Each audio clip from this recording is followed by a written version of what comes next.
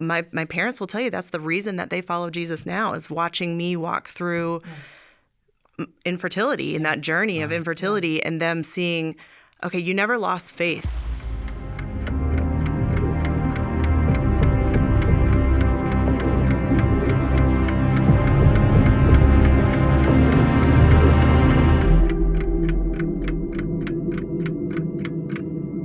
So this message this past week was definitely challenging.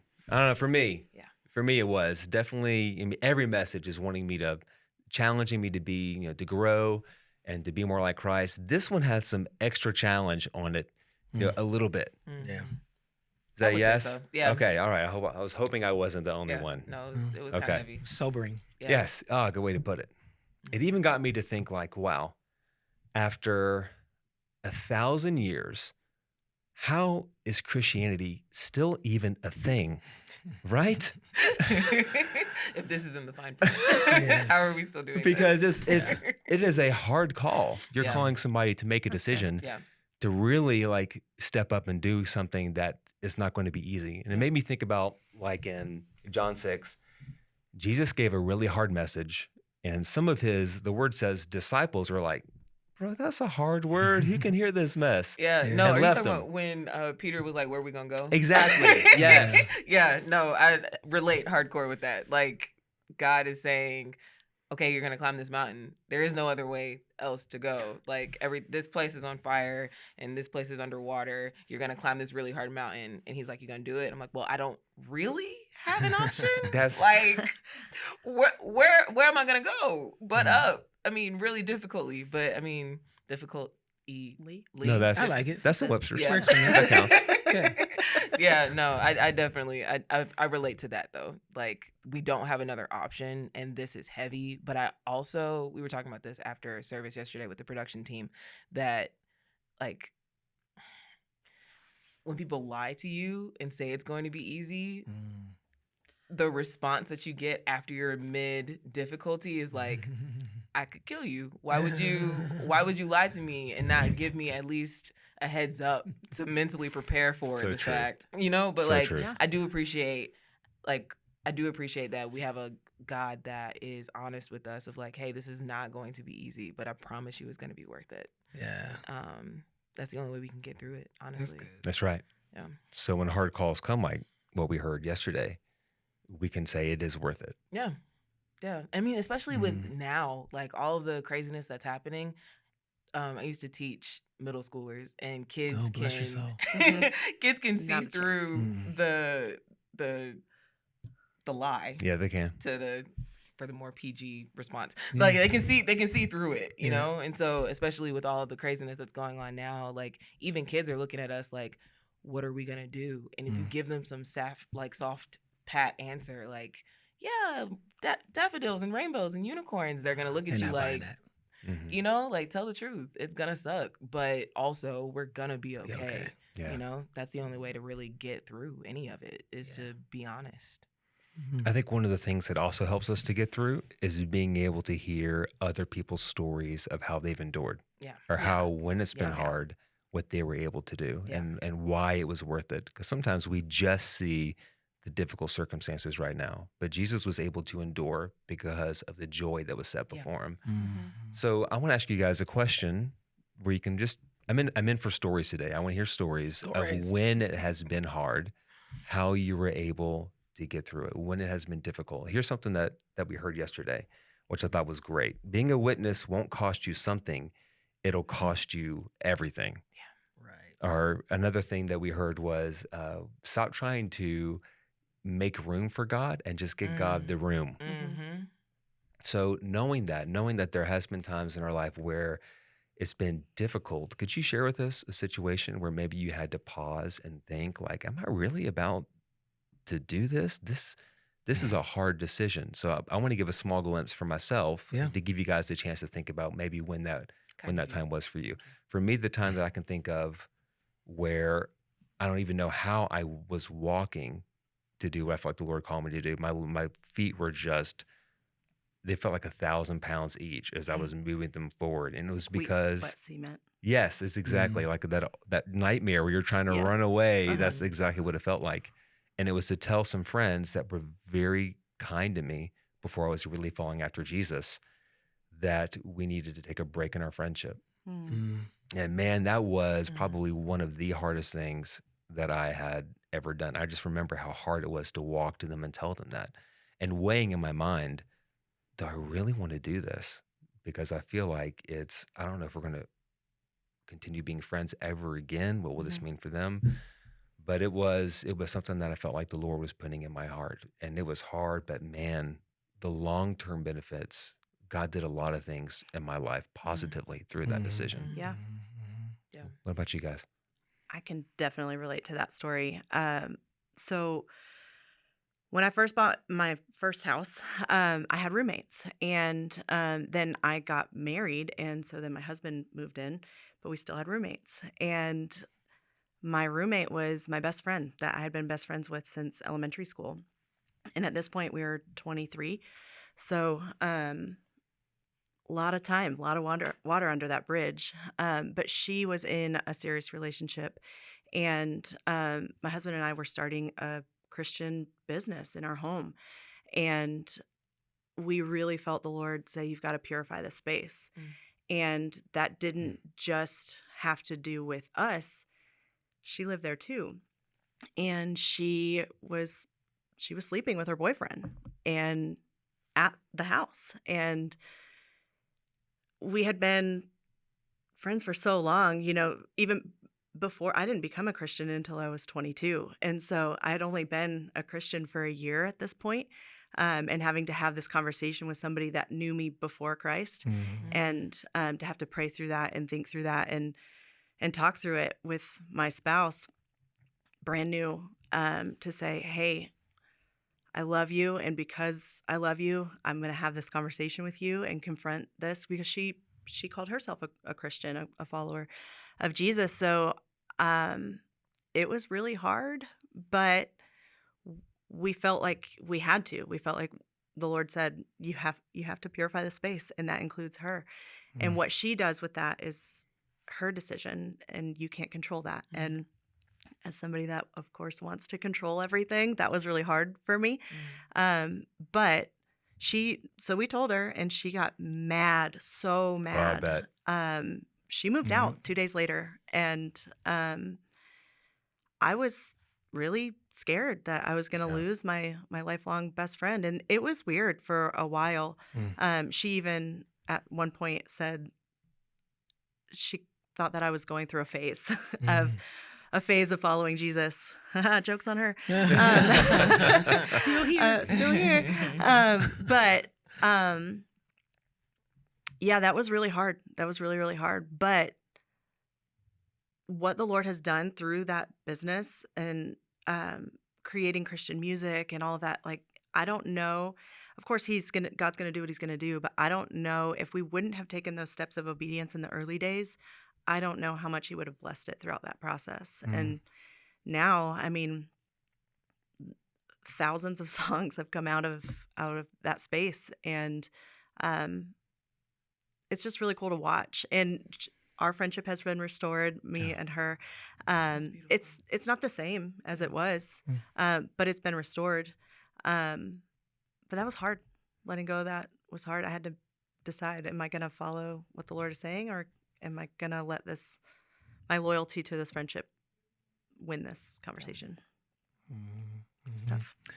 I think about, I mean, it's a lot of things or situations I think about that have been hard. I think what's been pressing on me more is like things that I am realizing are hard right now. So thinking about the fact that, yes, following Jesus is hard, right? But what has been hitting me is like how, if I'm being totally transparent, I mean, I grew up in church all my life, straight up church boy. So most of my context of talking about Jesus has been either within the four walls of the church or people who have some background or Sure. understanding about who God is, right? And one of my friends who used to be on staff at a church has had recently left the staff because he felt called to do ministry outside of church. And so, he's in school, he's in the business industry, he's in the entertainment industry, preaching the gospel. And the thought of that for me scares me a little bit. Cause it's like I know how to relate to and talk about Jesus to people who at least have some Mm. understanding or recognition of him. But how do I start that conversation off with someone who does not have that? Mhm. You know, Yeah. and especially sometimes being people who have grown up in church all our life, and we grow up with these church sayings and things Mhm. that other church people get like, oh yeah, I Yeah. know what you're talking about. Yeah. You try to drop that on somebody who has no context, and they're like, Mhm. bro, what are you Mhm. I saying? love Yeah. that. Yeah. Churchanese. Yeah. Yeah, we got Yeah, it. yeah, We yeah, got Whole it. language yeah. of Like, culture. yeah, it, Yeah. it really, really is.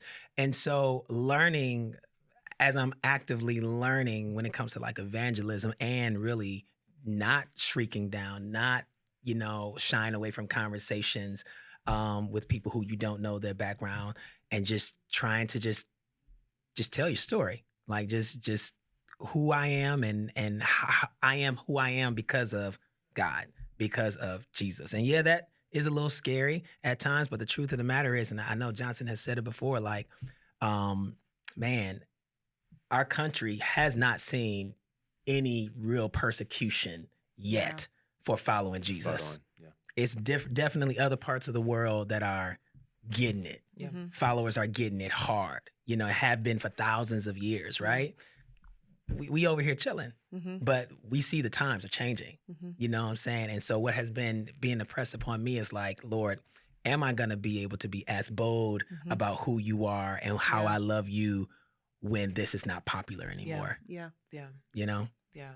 I think that's the hardest part for me too. Like, I'm 28. Mm-hmm. I've been in church my whole life, Mm-hmm. and there have been waves of when Christianity is popular, when like, I don't know, I'm definitely dating myself, but like when Lecrae and Andy Mineo first started popping off and like Christian hip hop finally started to sound good, and like Facts. all of that, like I Yeah. remember being kind of in the center of all of that and trying to like I grew up in a very I guess liberal space. Mhm. So with gay rights and all of that, trying to remain authentic to who I am and who I was raised to be, Right. while also being respectful and honoring other people's stories. Right. And that line is really blurry Mhm. sometimes, of like, am I being a wimp?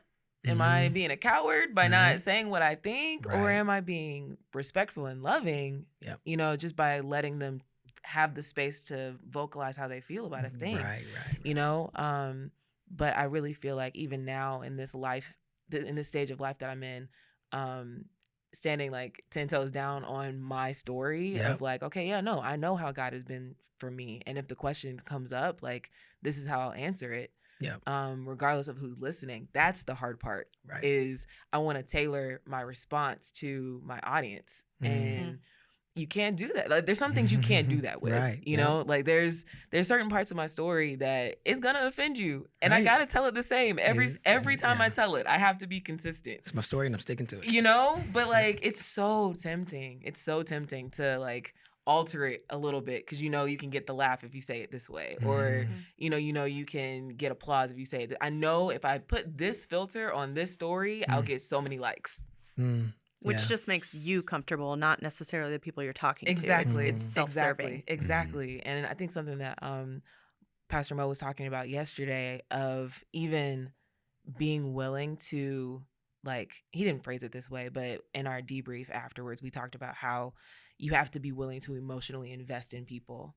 Like, you have to be willing to be completely transparent. And that is an emotional investment. And I think a lot of people are afraid of that because once you do that, like, once you make that emotional investment, what they do with that, what they do is directly connected to you now. And so whether they take it and do what you hope they will with it, or if they keep doing what they're gonna do with it, like however they respond, you're attached to that. And I think even with me, like I recently got married and my yay. Congrats. Let's go. But like my relationship with my family now is different. Yeah. That's right. It's very different, and trying to it would be so easy for me to run in my new apartment with my husband, close my door, lock it, and just invite the Just people be who agree with me into my house. right, You yeah. know, but I have to engage. And if, you know, and I have to be able to tell my mom, hey, we're doing it different. Mm-hmm. I love you Mm-hmm. and I respect you and I honor you. Yeah, that's not easy. But we're doing it different. That's tough. And that's the conversation that we have to have about the gospel every time is like, hey, look, I love you. The way you're doing your life, I'm doing mine different. Yeah. And it's giving me results that you want. Mm. You're not gonna like that, but it's the truth. Right. And like, I don't know what else to tell you. Who can argue with that?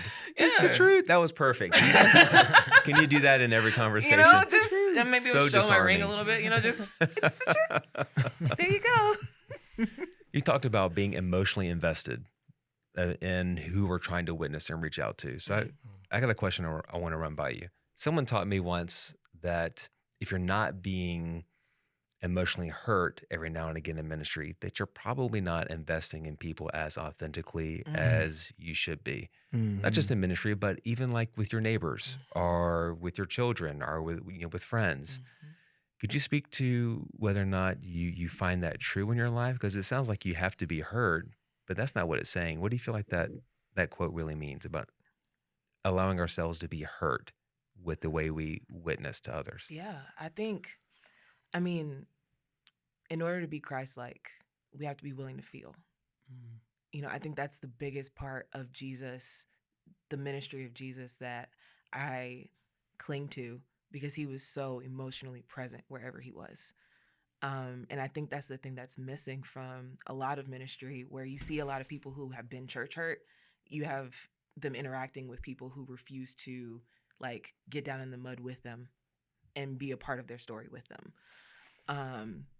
And I don't know. I don't think that it's an invitation to be abused at all. But I do think it is a call to not be numb. Because being numb is a lot easier.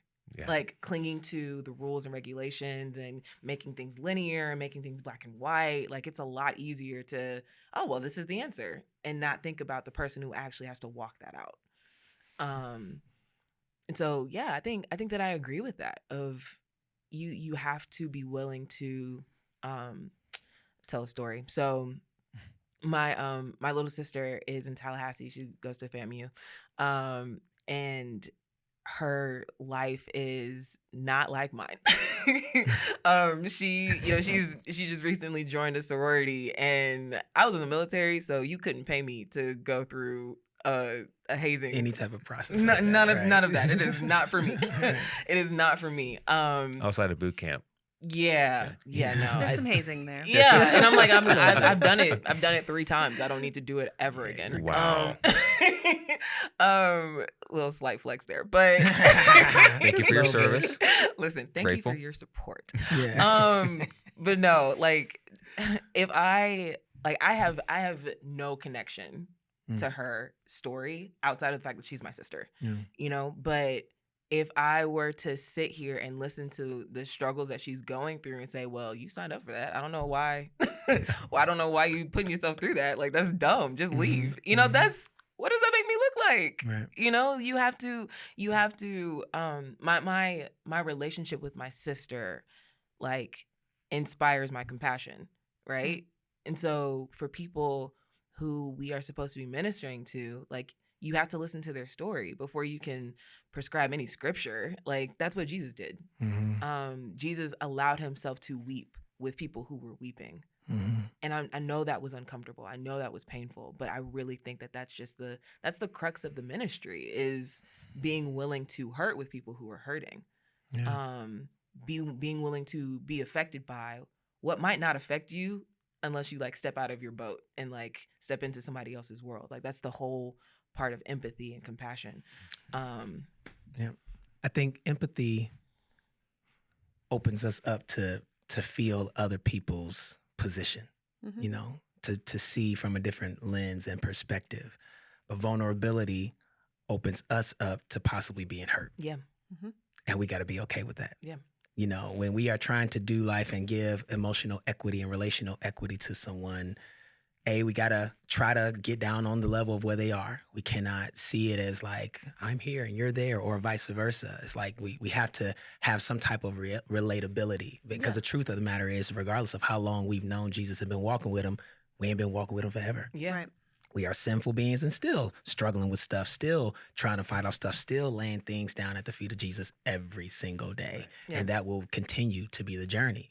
But the vulnerability part, and I think for me, I have personally learned this through like sharing testimonies about my mother's death and the anger I had with God, or sharing testimonies about my struggles with lust after she passed. And that's how I dealt with that emotional hurt, being vulnerable and not ashamed of those things.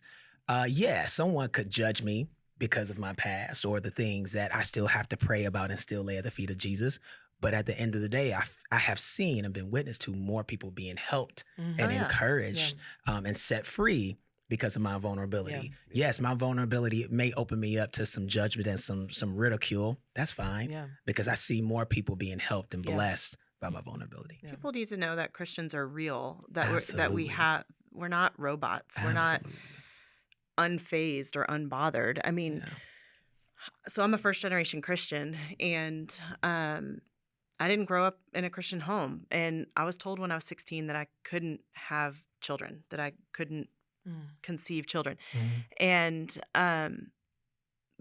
but the Lord said differently. And so many years later, when I was married, I audibly heard the Lord say that I will have children in my own womb. Mm. And my parents, who were there when I was 16, taking me to these doctors and figuring this stuff out, um, thought that I was a little bit crazy because they weren't Christian.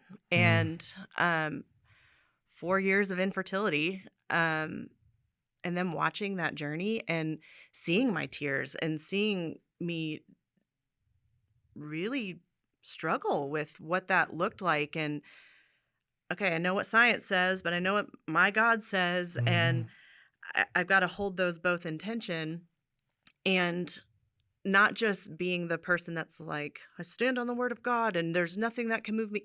Yes, that can be true, but I can be shaken. I can have moments of doubt, and then I can hand that over to the Yeah. Lord.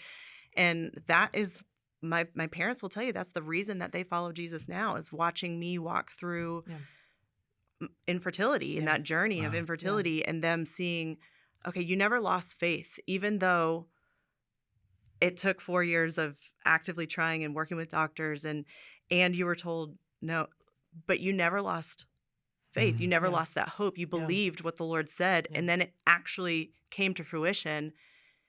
After I got pregnant, my parents accepted the Lord, and they Yeah. got baptized, and Yeah, I they got to did. see them do that Yeah. because they watched my struggle. They Yeah. didn't and not because not because I was super strong the whole time, but because I struggled with it, and I Yeah. said, Yeah. this is Yeah. hard. Yeah. That's the power. That's where It's the power relatable. comes from. There's a very overt power to vulnerability that is threatening to people. People threatening to the enemy because Good clarity. the vulnerability, there's freedom in that. Yeah. Like the shame loses its power Yeah. when you're vulnerable. That's when right. you call it out, when you put it on the table, like, hey, this is what I'm dealing with, this is what the Lord has healed me from, you're no longer ashamed. Yeah. And you can liberate other people. There's a poem that talks about that, like the people who are no longer afraid of their own light, automatically liberate other people as they step into those people's presence, and that's not how it's phrased. It starts like, our deepest fear is not that we are inadequate. Our deepest fear is that we are powerful beyond measure. And like, as you step into your story, as you step into your vulnerability, you give other people permission to do the same. And I think you don't get that without the compassion. You don't get that without being willing to feel what other people are feeling and say, hey, no, you're not by yourself. Yeah. So, yeah. Sometimes just being that kind of witness is being vulnerable Yeah. for someone else to be like, I am or have experienced the exact same thing. Yep. I remember another mentor of mine had this line that is just kind of stuck up in here that reminds me in this kind of moment that we are able to lead people through our strengths, but we genuinely connect with them through our weaknesses. That's real. And if we That's can good. be, if we as a witness we're not testifying to our strength, but to Christ's strength That's right. inside of us. And someone can go, "Oh, you were feeling this, and then God did this in your life." Yep. That is what I feel like I was able to walk away with in yesterday's message, is that there's power in being vulnerable and real and sharing what God's done in our lives. Yeah. Mhm.